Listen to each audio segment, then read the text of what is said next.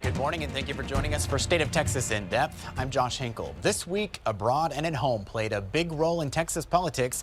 A little later in the broadcast, we'll hear from Congressman Michael McCall, the chairman of the House Homeland Security Committee. But first, we begin in Iowa, where tomorrow voters will use their feet to decide who should be the next president. The caucuses will make a big difference. It will shoot the winner ahead and possibly kick the less popular candidates to the curb.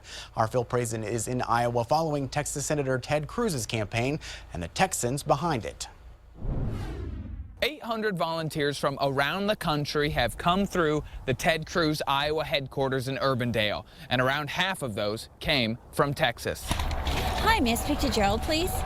Absolutely. My name's Dorothy Blackman, and I'm with Senator Ted Cruz for President campaign. The campaign says the secret to 15,000 phone calls a day can be seen on this map. Pins mark where volunteers come from. You tell the people in that room what you just told me. Dorothy Black from Fort Worth has been in Iowa for almost a month. There is so much at stake in this election that I really think our country is on the brink. And if good people don't step up and do something, then we have no one to blame but ourselves. At each campaign stop, volunteers take down names, numbers, and emails.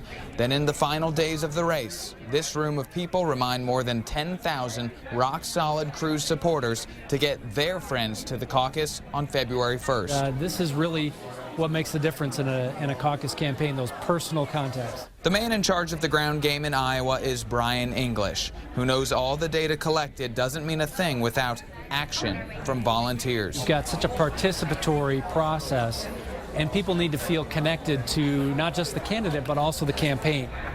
Volunteers can do everything they can in here on the Ted Cruz app. In Urbandale, Iowa, Phil Prazen, KXAN News. A wide variety of Texans are in the Hawkeye State supporting Cruz. This man may be the best listener of anyone that I have been involved with in public office. That was former Texas Governor Rick Perry. Shaking hands and kissing babies this week, Perry used his network of donors and supporters to instead support the Texas senator. A real leader, a great leader, is an individual of humility. A person who understands they work for you. Perry never quite caught on with voters in his own White House run. After several polls pushed him into 10th or 11th place, he dropped out. As for the Democrats, the two leading candidates are fighting hard to bring in caucus supporters.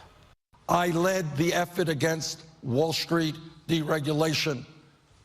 See where Hillary Clinton was on this issue.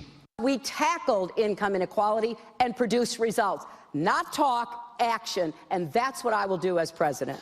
Senator Bernie Sanders and former Secretary of State Hillary Clinton have separated only little on substance, but differ widely on their strategies. Sanders has gained support among some younger voters because of his more idealistic stances. Clinton fired back, saying his policies are unrealistic. We'll have live reports and live results from the Iowa caucus tomorrow night on KXAN News and KXAN News app. Plus, you can follow Phil's reports from the trail. It's all in the politics section. One big issue that appeared on the campaign trail has no end in sight. A state investigation into Planned Parenthood will continue, even though a grand jury cleared the organization of any wrongdoing. In fact, that grand jury in Houston indicted two activists behind the undercover videos about Planned Parenthood. The videos accused the organization of illegally selling fetal tissue after abortions for profit. That would be against the law. Anti-abortion activist David Delayden and Sandra Merritt used counterfeit California driver's licenses to help infiltrate Planned Parenthood. They were charged with tampering with a federal document. While a grand jury decided not to charge Planned Parenthood officials, the videos had a big impact. State Republican leaders used the videos as ammunition to defund programs that Planned Parenthood does, like cancer screenings for low-income women. Planned Parenthood maintained the videos were highly edited. A statewide debate over immigration in Texas is having an impact in Austin city politics. While lawmakers are threatening to take away any funding to cities considered to be so-called sanctuary cities, advocates pushed the city to do more. They want local officers to stop cooperating with immigration officials. Activists came out to voice their concerns outside the mayor's office. Austin police officers, by and large, do not stop people because of their immigration status, which means the city falls into some lawmakers' definition of a sanctuary city. However, anyone taken to the Travis County Jail is processed through Immigrations and Custom Enforcement. The jail has handed over more than 50 people to immigration officials since the beginning of the year. We're tired of families getting deported. We're tired of politicians saying we have to be patient. We're tired of having kids crying, asking for their fathers. Austin Mayor Steve Adler says he will work on a case-by-case basis instead of adopting a blanket policy.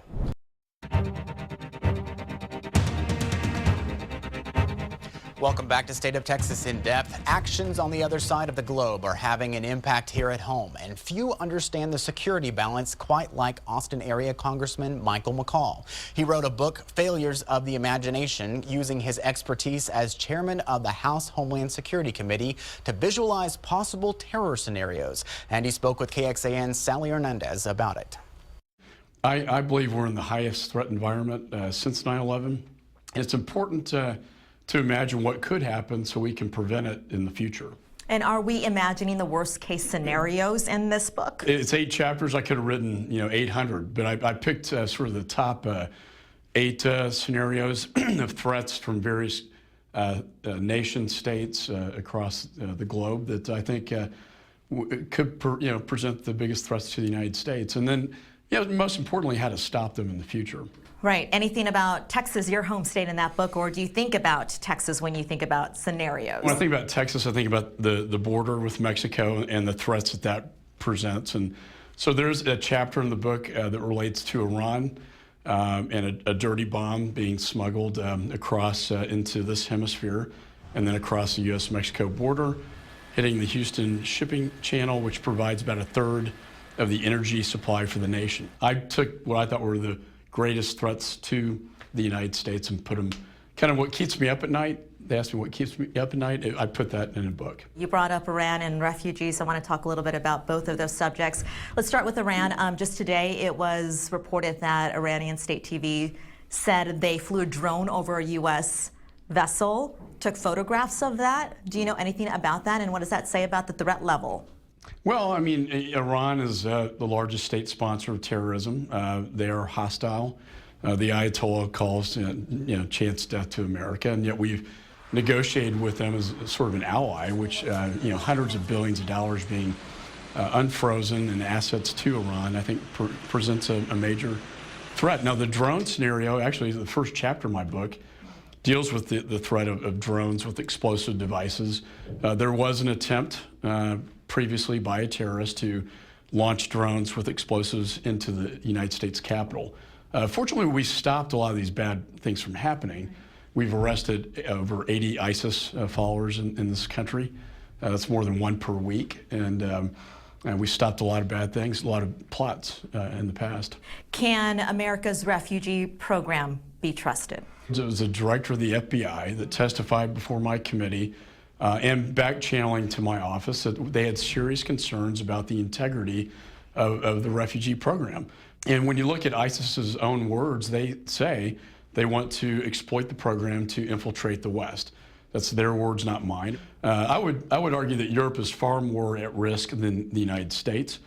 But before we start bringing these refugees in from the hottest area in the world, Raqqa is the capital of ISIS, we need to have a better vetting process, and that's all we're asking for, is to put a pause on the program until we can have a proper vetting process and have certifications at the highest levels. They're not a threat to national security. But what about the refugees who are already here? Is there a concern that some of them may have slipped through the cracks?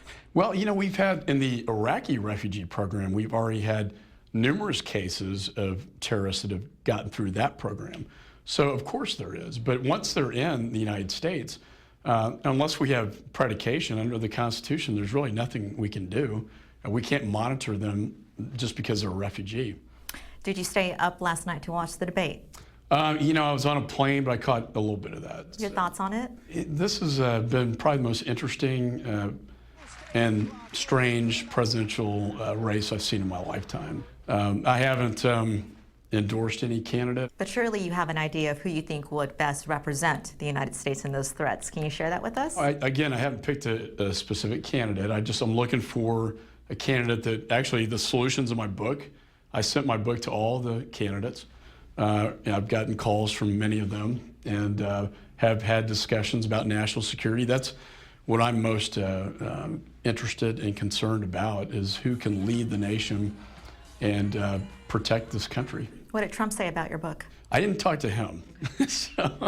Would you like to talk to him about national security? Yeah, I think he's, busy doing his own thing right now.